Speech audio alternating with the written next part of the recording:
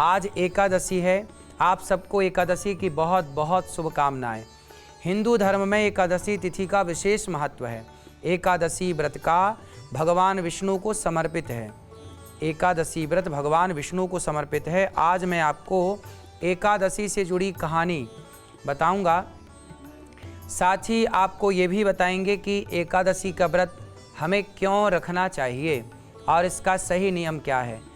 अपने लिए, अपने प्रियजनों के लिए, अपने परिवार के लिए ज़रूर निकालिए और टीवी 9 भारतवर्ष पर महाराज का मंत्र कार्यक्रम अवश्य देखिए।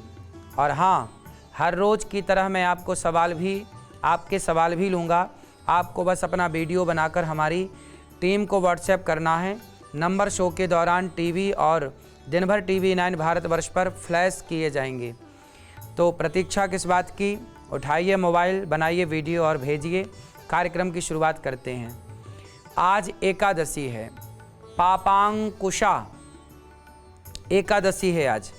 आज की एकादशी के दिन ही जब भगवान राम 14 वर्ष का वनवास पूरा हुआ भगवान राम का, तो 14 वर्ष के वनवास के बाद आज के दिन अर्थात एकादशी के दिन, पापांकुशा एकादशी के दिन भगवान राम 14 वर्षों का वनवास पूरा करके नंदीग्राम, जहाँ भरत जी 14 वर्षों से राम का इंतज़ार कर रहे थे, भरत जी की आंखों में आंसू थे।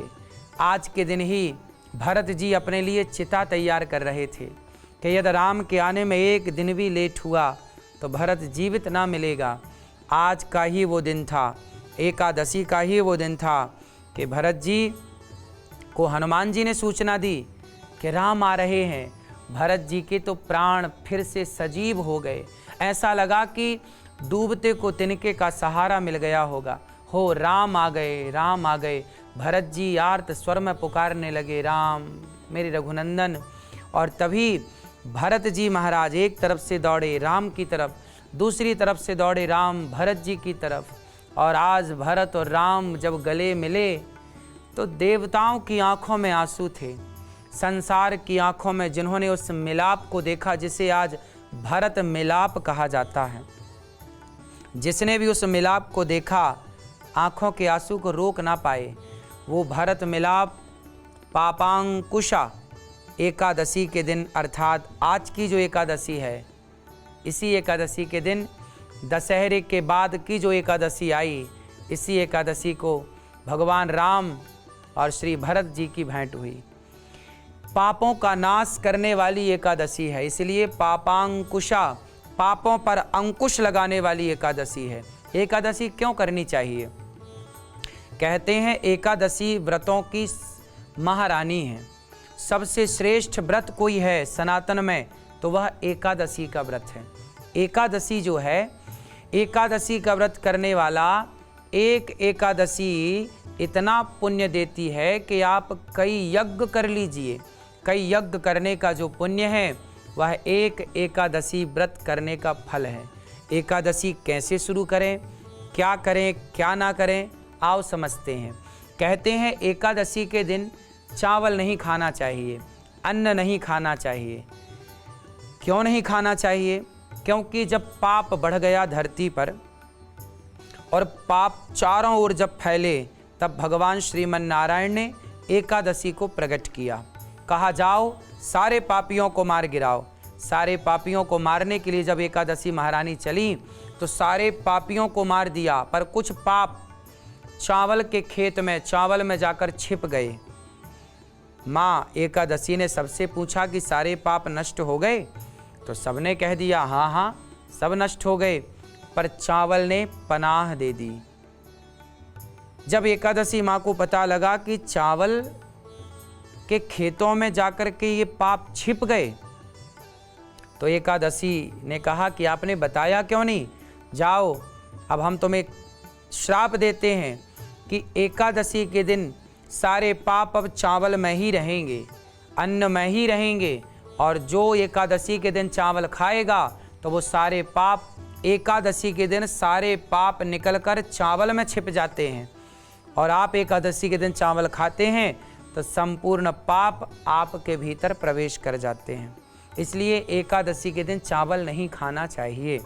परंतु जगन्नाथपुरी में एकादशी उल्टी लटकी हैं, वहाँ तो हमेशा चावल का प्रसाद बनता है।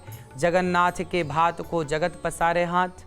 तो कहा जाता है कि एक बार ब्रह्मा जी जगन्नाथ जी आए और ब्रह्मा जी ने पुजारी जी से कहा कि हमें भी प्रसाद दीजिए। प्रसाद खत्म हो चुका था। एक पत्तल को कुत्ता चाट रहा था। भक्तों ने प्रसाद लिया होगा, पत्तल पर प्रसाद पाके फेंका होगा, तो कुछ कण प्रसाद के उस पत्तल पर थे, तो कुत्ते चाट रहे थे। ब्रह्मा जी के पास एक ही ऑप्शन था, अब प्रसाद तो खत्म हो चुका था, इस पत्तल पर कुछ कण प्रसाद के थे। तो ब्रह्मा जी को लगा ये कुत्ता प्रसाद पा रहा है, मैं इसे तो रोक नहीं सकता प्रसाद पाने से।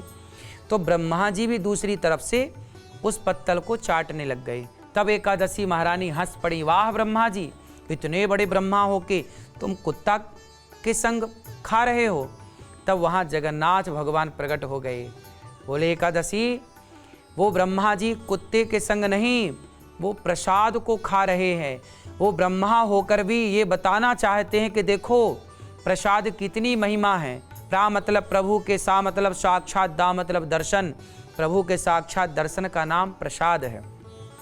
और तुम्हें इतना अभिमान, आज से तुम जगन्नाथपुरी में उल्टा लटकोगी। तो जगन्नाथपुरी में, मंदिर के पीछे जगन्नाथपुरी में एकादशी को भगवान ने उल्टा लटका दिया।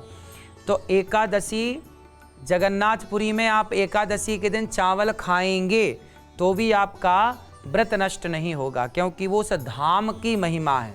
पर अपने घर पर, अपने गांव में, अपने शहर में आप एकादशी के दिन चावल ना खाएं, क्योंकि उस दिन सारे पापों का वास चावल में होता है। जैसे संडे के दिन, रविवार के दिन भगवान का वास तुलसी में होता है, इसलिए तुलसी नहीं तोड़ते कि भगवान आज तुलसी के साथ विराजे हैं तो डिस्टर्ब ना करें। उसी तरह एकादशी के दिन पापों का वास चावल में है, इसलिए चावल नहीं खाने चाहिए एकादशी के दिन। तो आपको इस तरह से एकादशी का कुछ वर्जित कार्य हमने बताया।